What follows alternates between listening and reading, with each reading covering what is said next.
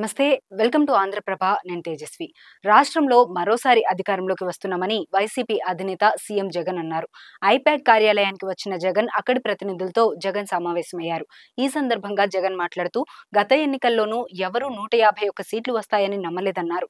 ఈసారి కూడా అంతకంటే ఎక్కువ స్థానాలు వస్తాయని చెప్పారు. మరోసారి చరిత్ర సృష్టించబోతున్నామన్నారు. 2019లో 151 సీట్లు, 22 ఎంపీ సీట్లు గెలిచాం. ఈసారి గతంలో కంటే ఎక్కువ సీట్లే గెలుస్తామన్నారు. ఏపీలో వైఎస్ఆర్సీపీ ప్రభంజనం సృష్టించబోతుందన్నారు. జూన్ 4వ తేదీన రాబోయే ఏపీ ఫలితాలు చూసి దేశం షాక్ అవుతుందన్నారు. ఫలితాల తర్వాత దేశం మొత్తం మన వైపే చూస్తుందన్నారు. ప్రశాంత్ కిషోర్ ఆలోచించలేనన్ని సీట్లు వస్తాయన్నారు.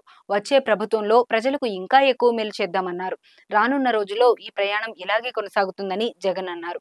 గురువారం మధ్యాహ్నం బెన్ సర్కిల్లో ఉన్న ఇండియన్ పొలిటికల్ యాక్షన్ కమిటీ కార్యాలయానికి వెళ్లిన సీఎం జగన్ సుమారు అరగంట పాటు అక్కడి ప్రతినిధులతో మాట్లాడారు.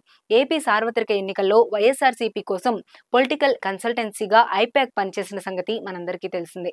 తెలంగాణలో లోక్సభ ఎన్నికల తర్వాత తెలంగాణ భవన్లో నిర్వహించిన మీడియా చిట్చాట్లో బీఆర్ఎస్ వర్కింగ్ ప్రెసిడెంట్, మాజీ మంత్రి కేటీఆర్ ఆసక్తికర వ్యాఖ్యలు చేశారు. తెలంగాణతో పాటు ఆంధ్రప్రదేశ్ ఎన్నికలపై కీలక విషయాలు వెల్లడించారు. ఆంధ్రప్రదేశ్లో మళ్లీ వైఎస్ జగన్మోహన్ రెడ్డి గెలుస్తున్నారని తమకు సమాచారం ఉందని కేటీఆర్ చెప్పడం గమనార్హం.